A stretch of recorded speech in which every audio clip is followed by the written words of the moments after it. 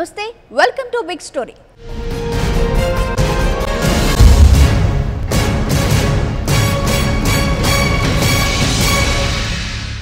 తన మాటే ఓ మంత్రం, తను చెబితే ఓ శాసనం. ఒక్కళ్ళు ఇద్దరో కాదు, ఏకంగా 120 కోట్ల మంది ఆ మాటలకు ఊగిపోయారు. ఆ మ్యాజిక్కు పడిపోయారు. ఏకంగా ఢిల్లీ గద్దెపై కూర్చోబెట్టేశారు. అంతే, ఆ ఛాయ్ వాలా కాస్త శాసించేవాలా అయ్యాడు. అభివృద్ధిని పరుగులు పెట్టిస్తాడనుకుంటే ప్రచారాన్నే పరుగులు పెట్టించాడు. రామరాజ్యం తెస్తాడనుకుంటే వట్టి రామభజనతో సరిపెట్టేశాడు. ఇది ఈ మాటల మోడీ కథ, ఈ 3 ఏళ్లలో చేసిన కథ.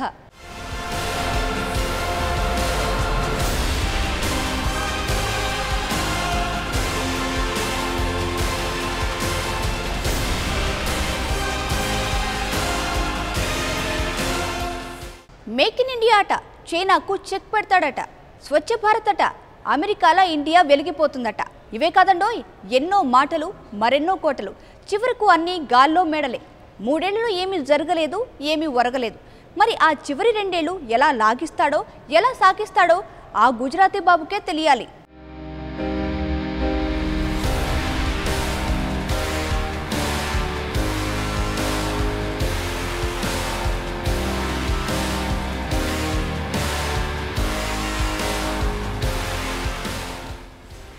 మోదీ మోదీ మోదీ, ఎక్కడ చూసినా ఇదే హోరు, ఎక్కడ చూసినా ఇదే జోరు. నాటి ఎన్నికల్లో ఈ ఒకే ఒక బ్రాండ్ నేమ్ వినిపించి ఓట్లడిగిన ఘనత, అంతే అద్భుతంగా విజయాన్ని ఒడిసిపట్టిన ఘనత. ఇది ఆ మోదీజీ మ్యాజిక్, ఈ గుజరాత్ బాబు జిమ్మిక్కు. ప్రతిపక్షంలో ఉన్న ఢిల్లీని కొట్టిన దమ్ము, ఆ ఢిల్లీ పీఠాన్ని ఎగిరేసుకుపోయిన దమ్ము. ఇది ఈయన గారి రికార్డ్.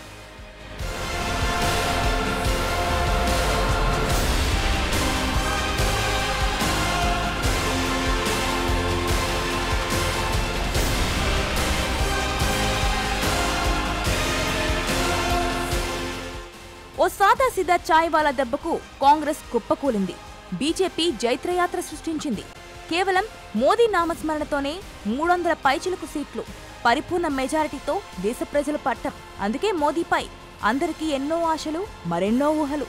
ఈ సాదాసీదా పురుషుడు యుగపురుషుడవుతాడని, నాటి రామరాజ్యాన్ని మళ్లీ తీసుకొస్తాడని అంతులేని నమ్మకం. ఆకాశాన్నంటే విశ్వాసం. మరి జరిగిందేంటి? ఈ 3 ఏళ్లలో ఒరిగిందేంటి?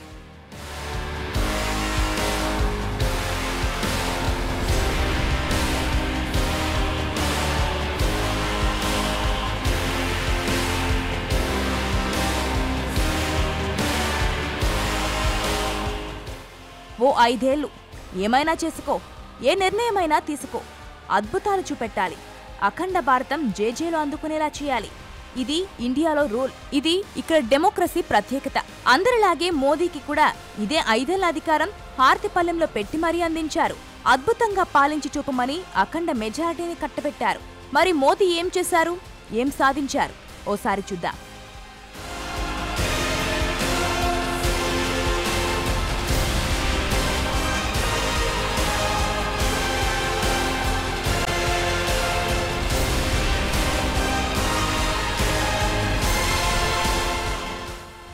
ఈ 5 ఏళ్లను ప్రథమార్థం, ద్వితీయార్థం అంటూ విడదీస్తే మొదటి 3 ఏళ్లు అత్యంత కీలకం. దీనినే ప్రథమార్థమని చెప్పుకోవచ్చు. ఏం చేసినా, ఏం ఓడబొడిచినా ఈ 3 ఏళ్లలోనే చేయగలరు. ఎందుకంటే ద్వితీయార్థం వచ్చిందో ఎన్నికలకు సిద్ధమైనట్లే లెక్క. ఈ ద్వితీయార్థంలో ఓ ఏడాది అలా ఇలా గడుస్తోంది. చివరి సంవత్సరం అయితే అత్యంత చిక్కుల సంవత్సరం. అది ఎన్నికల సంవత్సరం. అందుకే ఎవరి మాట ఎవరూ వినరు. అధికారులు అసలే వినరు. ఎవరు లెక్కలు వారివి, ఎవరి విశ్లేషణలు వారివి. చక్రం తిప్పే వాళ్ళలో భయం, అధికారం చేజారుతుందేమోనని. చక్రం తిప్పని వాళ్ళలో సంతోషం, అధికారం మళ్ళీ వస్తుందేమోనని. అందుకే మొదటి 3 ఏళ్లలోనే ఏదైనా సాధించాలి, ఏదైనా చూపెట్టాలి. లేకపోతే అంతే.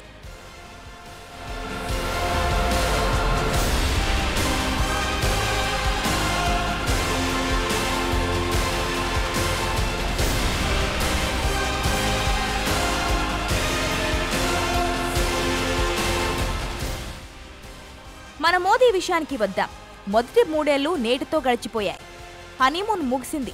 ప్రోగ్రెస్ కార్డ్ బయటకు తీయాలి. ఇక ఫలితం ఎలా ఉందో చూడాలి. మరి చూసేద్దాం, ఏమంటారు? అధికారంలోకి వచ్చిన నాటి నుంచి మోదీ మాటలు బాగానే చెప్పాడు, కోతలు బాగానే కోశాడు. ప్రథమార్థం ముగిసింది కదా, మరి ఏం చేశాడో చూద్దాం.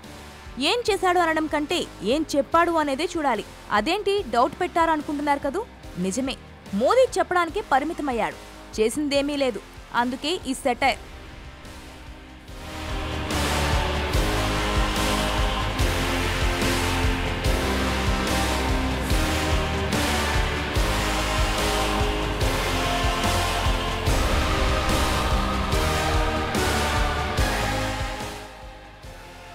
మూడేళ్ల పనితీరును ఓ 6 ముక్కల్లో చెప్పేయచ్చు.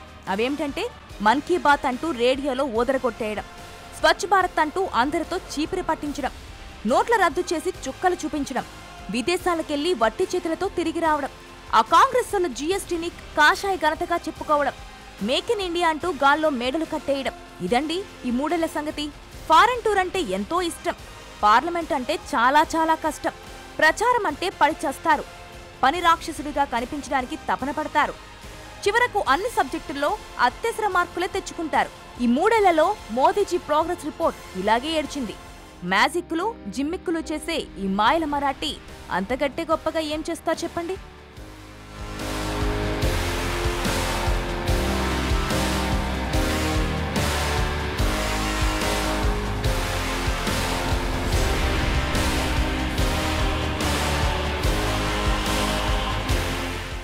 మాటలు చెప్తారు, గాల్లో కోటలు కడతారు, సెటైర్ల మీద సెటైర్లు, ప్రత్యర్థిని గుక్క తిప్పుకొనివ్వరు. అరే బాస్, ఈ గుజరాత్ గారడీని కళ్లతో చూడాల్సిందే, కనీసం ఆ రేడియోలోనైనా వినాల్సిందే. అంత మెస్మరైజింగ్, అంత మధురమైన మాట.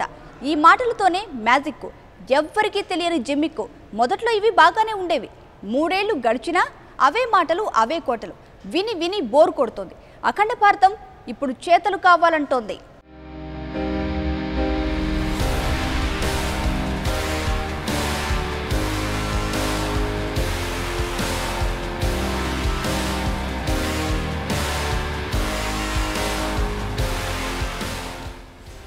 మోదీ పనితీరును 6 ముక్కల్లో చెప్పుకున్నాం కదా. ఇందులో ఓ 3 ముక్కల గురించి మొదట మాట్లాడుకుందాం. ఇందులో మొదటిది స్వచ్ఛ భారత్, రెండోది మన్ కీ బాత్, మూడోది జన్ధన్ యోజన. అనర్గళంగా మాటల ప్రవాహం, ఓకదంపుడు ఉపన్యాసం, నోరు తెరిస్తే సెటైర్ల మీద సెటైర్లు. మరి ఇలాంటి వ్యక్తి నుంచి ఇంతకంటే గొప్పగా ఏం ఆశించగలం? ప్రచారం అంటే పడి చచ్చిపోయే ఈ పెద్ద మనిషి నుంచి అంతకంటే ఇంకేం కోరుకోగలం? అందుకే ఈ మూడింటితో మోదీజీ సరిపెట్టారు. ఇవి అద్భుత విజయాలంటూ కీర్తించారు. అసలు ఇవేం విజయాలో, ప్రజలకు ఎంతవరకు పనికొచ్చాయో ఓసారి చూద్దాం.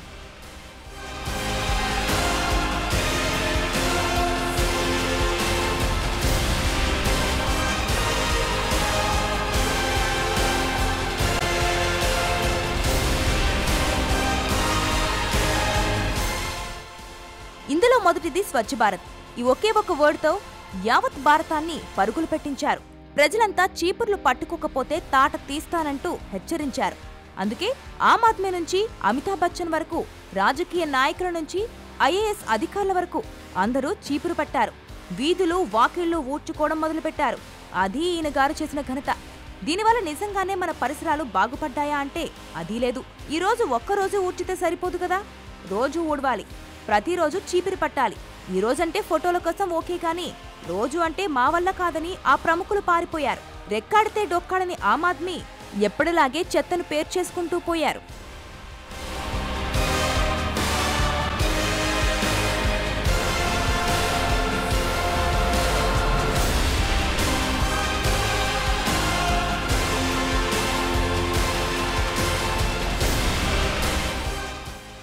ప్రజలు ఊరుకుంటే ఆ మోదీజీ ఊరుకోరు కదా, తాట తీస్తారాయే. అందుకే బడ్జెట్లోనూ స్వచ్ఛ భారత్ సెస్సును విధించేశారు. ఏటా ఓ 1,00,000 కోట్లు అప్పనంగా నొక్కేశారు. పోనీ ఆ నిధులతో రోడ్లు ఇచ్చేవాళ్లను పెంచారా అంటే అదీ లేదు. ఎప్పటిలాగే ప్రచారం, ఎప్పటిలాగే చీపులు పడడం అంటూ హితోక్తులు. అందుకే ఈ పథకం టీవీలలో 1,000 కోట్ల యాడ్లు ఇవ్వడానికి పనికొచ్చింది. అంతే తప్ప ప్రజలకు ఓడబొడిచింది అంటూ ఏమీ లేదు.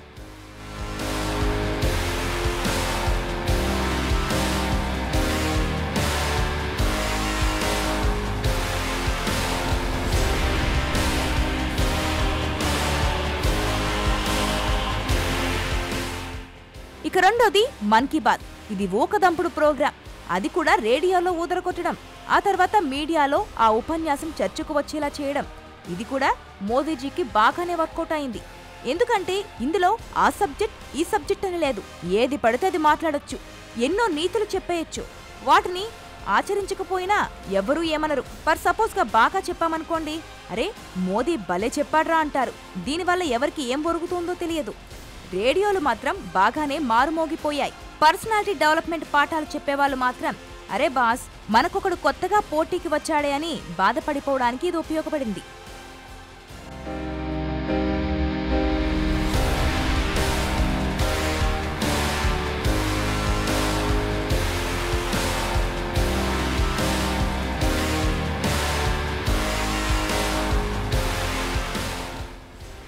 ఇక ముచ్చటగా మూడోది అసలు సిసలైనది.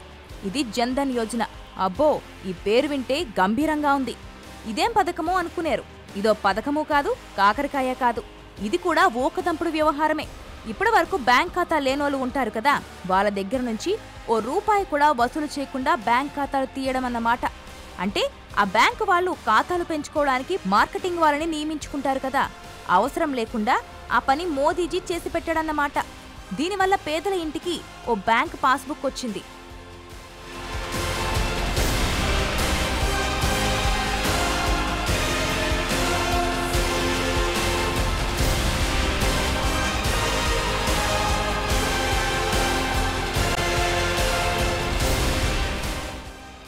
పైసా ఖర్చు లేకుండా అకౌంట్ ఇచ్చేశారు. మరి బాగుండదేమో అనుకుంటూ ఆ పేదోళ్ళు పూరి గుడిసెల్లో దాచుకున్న డబ్బును తీసుకొచ్చి బ్యాంకుల్లో గుమ్మరించారు.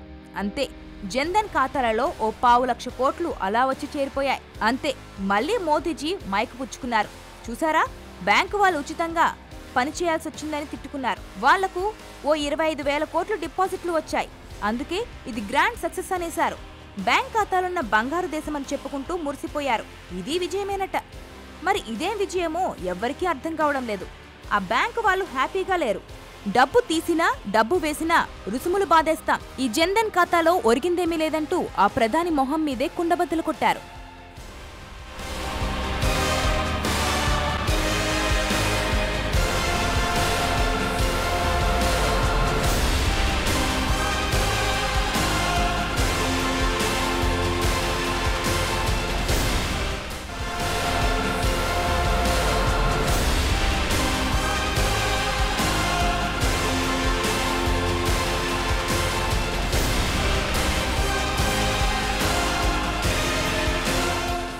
అంతన్నాడు ఇంతన్నాడు, నోట్ల రద్దు చేశాడు, అరచేతిలో స్వర్గం చూపెట్టేశాడు. చివరకు ఏం జరిగింది? ఏమీ జరగలేదు. లక్షల కోట్లు కాదు కదా, ప్రభుత్వానికి చిల్లి గవ్వ కూడా రాలేదు. కఠిన నిర్ణయం అంతే కఠినంగా మిగిలిపోయింది. అటు డిజిటలైజేషను పెరగలేదు, ఇటు భీమ్ యాప్ పెరగదీయలేదు. గప్పాలు కొట్టుకోవడానికి తప్ప ఇంకెందుకు పనికిరాలేదంటే నమ్మండి.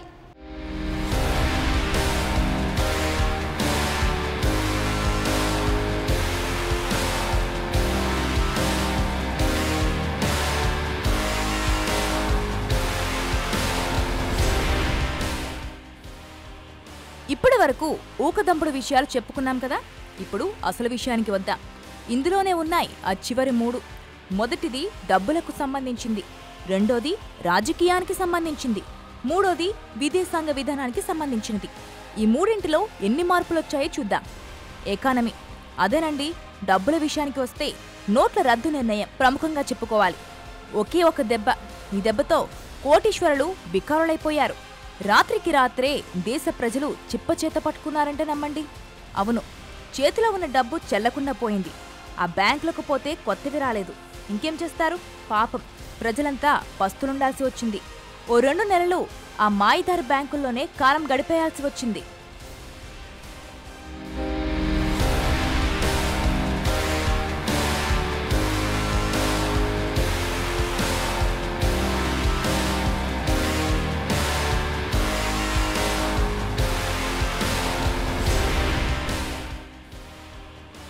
అది అలాంటి ఇలాంటి దెబ్బ కాదు. ఆ దెబ్బకు ఆమ్ ఆద్మీ రగిలిపోయాడు. లక్షల కోట్ల సొమ్ము బయటకొస్తుందని తెలిసి చల్లబడ్డాడు. చివరకు ఏం జరిగింది? ఏమీ జరగలేదు. లక్షల కోట్లు కాదు కదా, ప్రభుత్వానికి చిల్లి గవ్వ తిరిగి రాలేదు. ఇంతా కష్టపడి ఇంతా చేసి చివరకు సాధించింది ఏంటి? కఠిన నిర్ణయం అంతే కఠినంగా తీసుకున్నాడనే గొప్ప తప్ప. ఆనాటి ఇందిర పాక్పై యుద్ధం చేసి బంగ్లాదేశ్ను విడిపించింది. దీనివల్ల మన దాయాది పాకిస్తాన్ బలం సగానికి సగం తగ్గింది. మరి మోదీజీ నిర్ణయం వల్ల ఏం ఒరిగింది? ఇటు బ్లాక్ మనీ బయటకు రాలేదు, అటు డిజిటలైజేషను పెరగలేదు, భీమ్ యాప్ రికార్డులు సృష్టించలేదు.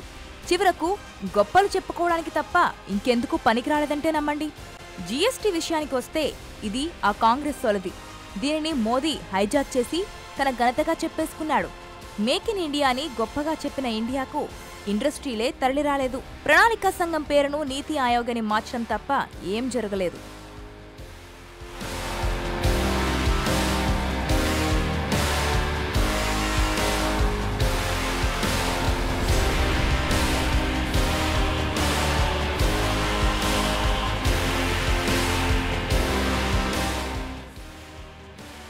ఇక రెండో విషయం పాలిటిక్స్. ఈ మేటర్లో మాత్రం మన మోదీజీ ఓ పెద్ద తురుంకానని చెప్పుకోవచ్చు. ఈయన పాలనలో అదరకొట్టింది ఏదైనా ఉందంటే అది రాజకీయంగానే. ప్రత్యర్థులను కుప్పకూల్చి పారేశారు, శత్రువులను తుత్తునీయలుగా చేసేశారు. బీజేపీ రాష్ట్రాలను నిలబెట్టుకుంటూనే కొత్తగా ఆ జాబితాలోకి మరిన్ని రాష్ట్రాలు వచ్చేలా చేశారు. మొత్తానికి ఉత్తరాదిని ఊడ్చేశారు. ఇక్కడ వరకు ఓకే. పార్లమెంటు విషయానికి వస్తే మాత్రం ఈసారి ఇక్కడకు రాకుండానే పరారంటున్నారు. విదేశాల్లో మీటింగ్ అంటే ఎగరేసుకుంటూ వెళ్లే ఈ మోదీజీ పార్లమెంటులో మీటింగ్ అంటే మాత్రం భయపడతారు. ఇది చూసే ప్రతిపక్షాలు పార్లమెంటు సాక్షిగా రచ్చరచ్చ చేశాయి. ఈ ఐరన్ మ్యాన్ను ఓ ఆట ఆడుకున్నాయి.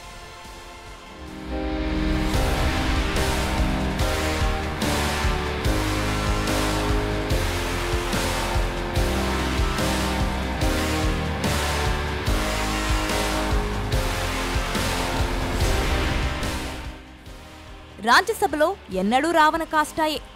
ఏ రోజు ఓ బిల్లు నెగ్గిన పాపాన పోలేదు. ప్రతిపక్షాలను మెయింటైన్ చేయడంలో మోదీజీకి గుండు సున్నా వేయాల్సిందే. అక్కడక్కడ బిల్లులు గట్టెక్కాయంటే అది మన్మోహన్ సింగ్ పుణ్యమే. ఎందుకంటే ఈ ఎకానమీ బిల్లులన్నీ మన్మోహన్ సింగ్ సర్కార్ రూపొందించినవి. మరికొన్ని బీజేపీ రూపొందించిన మన్మోహన్ సాబ్కు ఎకానమీపై పట్టు. దేశానికి ఏది మేలు చేస్తుందో ఏది కీడు చేస్తుందో బాగా తెలుసు. అందుకే పాపం ఈ పెద్ద ఆయన జీఎస్టీ బిల్లుకు తన వాళ్లే అడ్డుపడకుండా చూశాడు. మోదీ పరుగును కాపాడాడు.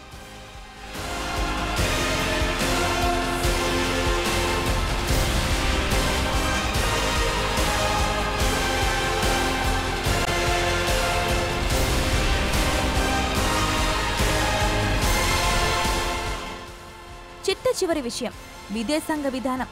ఈ విషయంలో ఎవరి ఊహలకు అందకుండా మోదీ పావులు కదిపాడు. శత్రువులతోనూ శభాష్ అనిపించుకున్నాడు. గద్దెక్కిన తర్వాత మోదీ ఎక్కువ కాలం ఇండియాలోనే లేరు. ఈయనను ఓ ఎన్ఆర్ఐగా చెప్పుకోవచ్చేమో. ఆ అంటే ఊర్లు పట్టుకు తిరగడం, ఊ అంటే ఏదో ఒక దేశం చెక్కేయడం. తొలి ఏడాదిన్నరంతా ఇలాగే సాగింది. ఈ టైంలోనే ఎన్నో సెటైర్లు పేలాయి. మోదీ మన దేశానికి ప్రధాని కాదేమోనని, ఓ ఫ్లైటు రక్షణ సిబ్బందిని అప్పగిస్తే 5 ఏళ్లలో భూగోళమంతా చుట్టేస్తాడని. ఇలా ట్విట్టర్, ఫేస్బుక్ సాక్షిగా సెటైర్లు పేలాయి.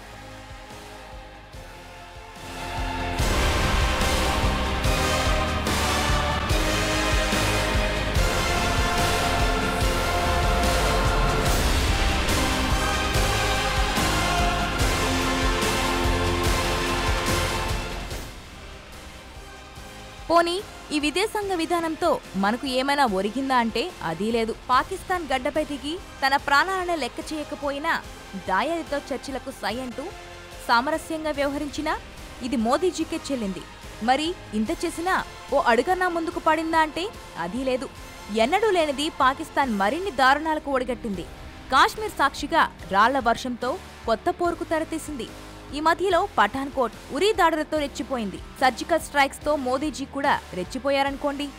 మొత్తానికి పాక్తో పేచి మళ్లీ మొదటికొచ్చింది. ఆ చైనాతోనూ అంతే. విభేదాలు మరింత పెరిగాయే తప్ప ఏమీ తగ్గలేదు. శాశ్వత సభ్యత్వం వ్యవహారం అలాగే ఉండిపోయింది. అమెరికా ఎప్పట్లాగే పాక్ పాట పాడుతోంది. చిరకాల మిత్రదేశం రష్యా పాక్తో చట్టాపట్టాలేసుకుంటుంది. మరి ఇదేం విజయమో ఎవరికీ అర్థం కావడం లేదు.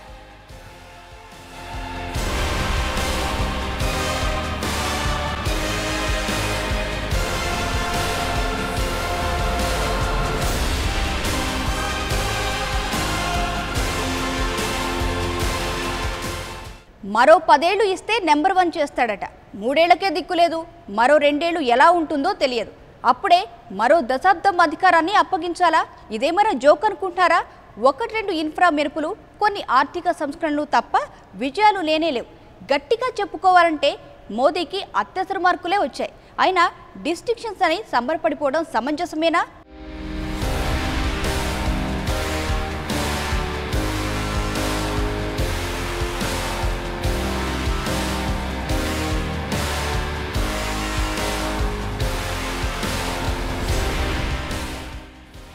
వెనకటికి ఎవరో ఆలు లేదు చూలు లేదు కొడుకు పేరు సోమలింగం అన్నాడట.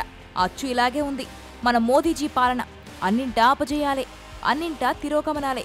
అయినా కాషాయ దళం డబ్బాలు కొట్టుకుంటూనే ఉంది. 3 ఏళ్లలో అదరగొట్టాడని, మరో 10 ఏళ్లు ఇస్తే వరల్డ్ నెంబర్ 1 కంట్రీ అవుతుందని ఇలా ఉంది ఆ ప్రచారం. మీడియాను మేనేజ్ చేస్తూ అద్భుతమైన ప్రచారం. కాంగ్రెస్ సోళ్లు 70 ఏళ్లలో చేయని పని మోదీజీ చేశాడట. అంతా విచిత్రం, అర్థం కాని లాజిక్ వ్యవహారం.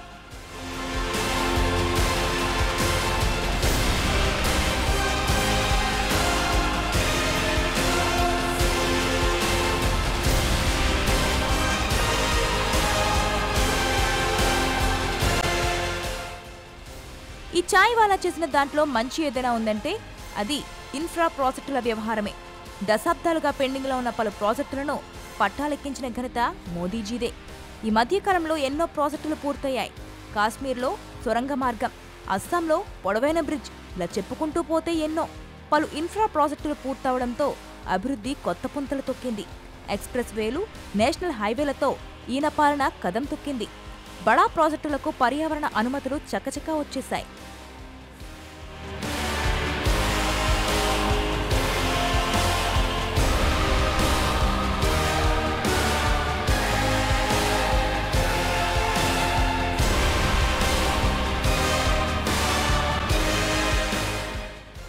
డిజిటలైజేషన్ గురించి మరింత గొప్పగా చెప్పుకోవచ్చు. ఇంటర్నెట్ వినియోగం గణనీయంగా పెరిగింది. ఈ దిశగా సౌకర్యాలు అందుబాటులోకి వచ్చాయి. పల్లెల్లోనూ ఇంటర్నెట్ విప్లవం ఉరకలు వేస్తోంది. బ్రాడ్బ్యాండ్ నెట్వర్క్ గ్రామాన పడింది. ఇదొక ఎత్తైతే విద్యుత్ ఉత్పత్తి తారాస్థాయికెళ్లింది. సోలార్ పవర్ గురించి ప్రత్యేకంగా చెప్పుకోవాలి.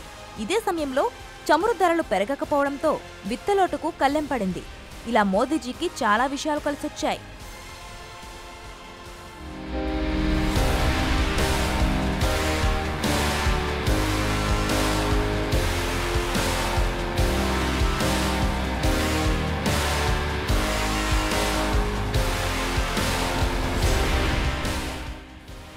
ప్రణాళిక సంఘాన్ని ఎత్తివేయడం సాహసోపేతమైన చర్య.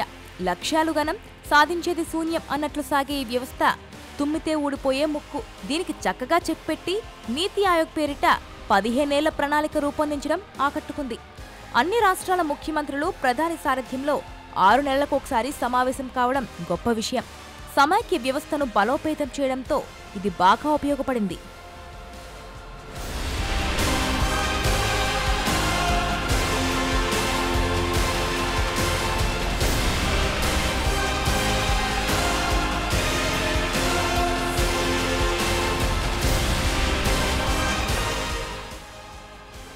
రక్షణ రంగాన్ని బలోపేతం చేసే చర్యగా ఆకట్టుకున్నాయి.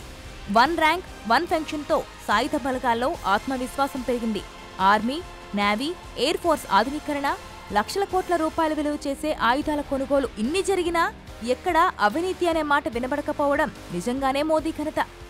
పైకి కనిపించలేదు గాని ఎకానమీకి ఊతమిచ్చే ఎన్నో నిర్ణయాలు మోదీ తీసుకున్నాడు. అందుకే స్టాక్ మార్కెట్ అప్రతిహతంగా పెరిగింది.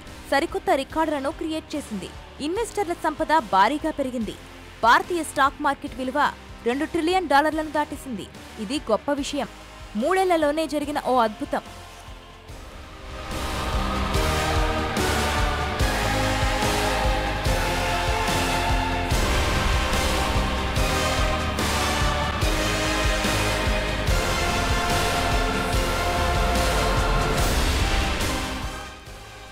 భారతదేశం భిన్న సంస్కృతుల నిలయం. ఇలాంటి దేశంలో ఏకత్వం సాధించడం అంత ఈజీ ఏం కాదు.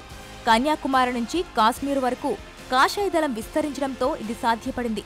మోదీ పాలనలో కాంగ్రెస్ కుప్పకూలిపోయింది. ప్రాంతీయ పార్టీలు పరారయ్యాయి. చివరకు బీజేపీ దక్షిణాది దండయాత్రను కూడా మొదలుపెట్టింది. ఇవన్నీ గొప్ప విషయాలే కాదు, గొప్ప విజయాలు కూడా. 3 ఏళ్ల ప్రోగ్రెస్ రిపోర్ట్ మెరుగ్గా లేకున్నా చివరి 2 ఏళ్లలో మోదీ ఎరగదీస్తారని అందరూ అనుకుంటున్నారు. రాజ్యసభలో బలం పెరిగితే కీలక నిర్ణయాలు నల్లేరు మీద నడికే. అభివృద్ధికి స్పీడ్ బ్రేకులా నిలుస్తున్న ఎన్నికలను ఒకేసారి జరపాలన్న నిర్ణయమూ సరైనదే. ఇవన్నీ మోదీజీ సాధించిన విజయాలు. వీటిని పక్కన పెట్టి ఎందుకు పనికిరాని వాటిని గొప్పగా చెప్పుకోవడం ఈ కాషాయ దళానికి, ఆ కాషాయ సారథికి చెల్లింది.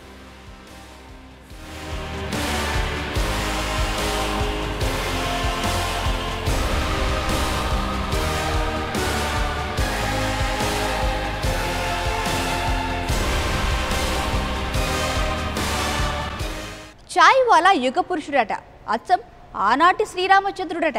అందుకే పట్టాభిషేకం చేసేయండి, ఓ 50 ఏళ్ళు అప్పగించేయండి అంటూ కాషాయ దళం ఒకటే భజన, ఒకటే కీర్తన. ఉత్తర భారతం చేజిక్కించుకున్నాం, ఇక దక్షిణ భారతమేనంటూ ప్రగల్భాలు. అచ్చం ఉత్తర కుమారుణ్ణి తలపించే ప్రగల్భాలు. ఓసారి గెలిస్తే ఆ పీఠం అలాగే ఉంటుందా? ఓ పార్టీ ఓడిపోతే ఎప్పటికీ ఓడిపోతూనే ఉంటుందా? వీళ్ళ మాటలు చూస్తే ఆశ్చర్యం కలుగుతుంది, వీళ్ళ కోతలు చూస్తే విచిత్రం అనిపిస్తుంది. ఇప్పుడు అక్కడ ఇక్కడ అని లేదండి, అన్ని చోట్ల మోదీ భజన పరులే. ఎక్కడ చూసినా ఆయన కీర్తనలే. సగం మార్కులు రాకున్నా గొప్పలు, సగం పని చేసేసి గప్పాలు. ఇది ఆ మోదీ మోళి. ఏమంటారు?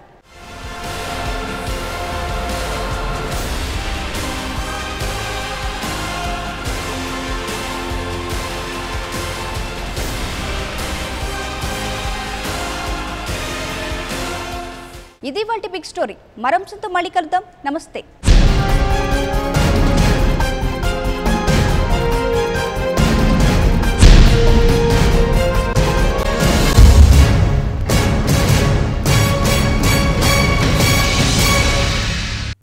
For more updates, please subscribe 99 TV Telugu.